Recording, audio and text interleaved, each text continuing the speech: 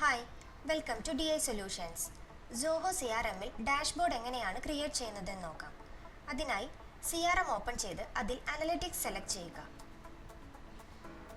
ഇവിടെ റൈറ്റ് സൈഡിൽ കാണുന്ന ക്രിയേറ്റ് ഡാഷ്ബോർഡ് ബട്ടൺ ക്ലിക്ക് ചെയ്താൽ ഡാഷ്ബോർഡ് ക്രിയേറ്റ് ചെയ്യാനുള്ള ഒരു വിൻഡോ ഓപ്പൺ ആയിട്ട് വരുന്നതാണ്.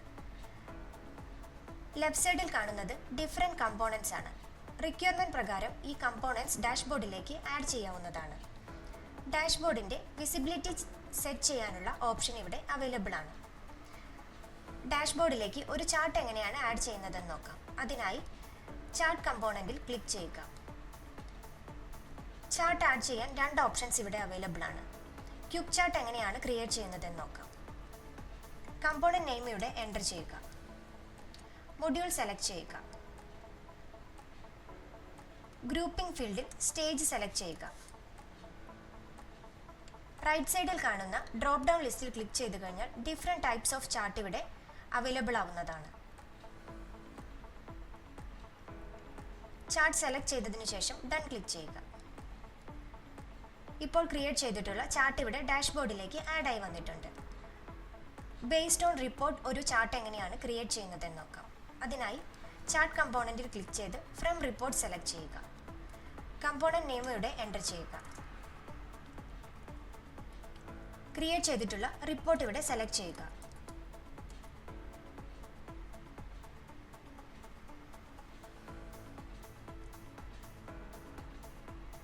ചാർട്ട് ടൈപ്പ് സെലക്ട് ചെയ്തതിനു ശേഷം ഡൺ ക്ലിക്ക് ചെയ്യുക. ബേസ്ഡ് ഓൺ റിപ്പോർട്ട് ചാർട്ട് ഇവിടെ ആഡ് ആയി വന്നിട്ടുണ്ട്. നെക്സ്റ്റ് ഒരു KPI എങ്ങനെയാണ് ആഡ് ചെയ്യുന്നതെന്ന് നോക്കാം. KPI കമ്പോണൻറ്റ് സെലക്ട് ചെയ്ത് ഡിഫറെൻറ്റ് സ്റ്റൈൽ ഇവിടെ അവൈലബിൾ ആണ്. KPI സെലക്ട് ചെയ്യുക. കമ്പോണൻറ്റ് നെയിം ഇവിടെ എൻ്റർ ചെയ്യുക. മൊഡ്യൂൾ സെലക്ട് ചെയ്യുക. ഇവിടെ ഡ്യൂറേഷൻ സെറ്റ് ചെയ്യാനുള്ള ഓപ്ഷൻ അവൈലബിൾ ആണ്.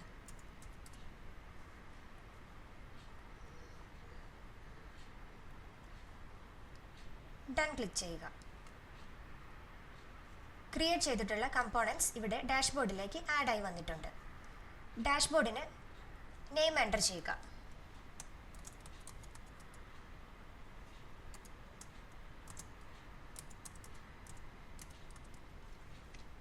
സേവ് ക്ലിക്ക് ചെയ്യുക. ഡാഷ്ബോർഡ് ഇവിടെ ആഡ് ആയി വന്നിട്ടുണ്ട്. ഇനി ഇത് ഹോം പേജിൽ സെറ്റ് ചെയ്യാൻ വേണ്ടി ഹോം ക്ലിക്ക് ചെയ്ത് റൈറ്റ് സൈഡിൽ കാണുന്ന ഡ്രോപ്പ് ഡൗൺ ലിസ്റ്റിൽ നിന്നും കസ്റ്റമൈസ് ഹോം പേജ് സെലക്ട് ചെയ്യുക. New home page button click ചെയ്യുക. ഇവിടെ ഡാഷ്ബോർഡ് സെലക്ട് ചെയ്യുക. ഡാഷ്ബോർഡിൽ നിന്നും ഏതെല്ലാം കമ്പോണൻസ് ഇവിടെ അവൈലബിൾ ആവണമെന്നത് സെറ്റ് ചെയ്യാവുന്നതാണ്. സേവ് ആൻഡ് ഷെയർ ക്ലിക്ക് ചെയ്യുക. ഹോം പേജിന് നെയിം എൻ്റർ ചെയ്യുക.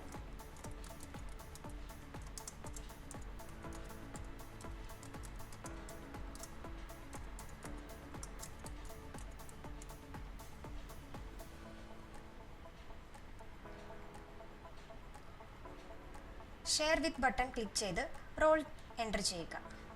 സേവ് ക്ലിക്ക് ചെയ്യുക. ഹോം പേജ് ഇവിടെ ആഡ് ആയി വന്നിട്ടുണ്ട്. ഇനി ഇവിടെ ഹോം ക്ലിക്ക് ചെയ്ത് ഡ്രോപ്പ് ഡൗൺ ലിസ്റ്റിൽ നിന്നും ക്രിയേറ്റ് ചെയ്തിട്ടുള്ള ഹോം പേജ് ഇവിടെ സെറ്റ് ചെയ്യാവുന്നതാണ്. Thank you.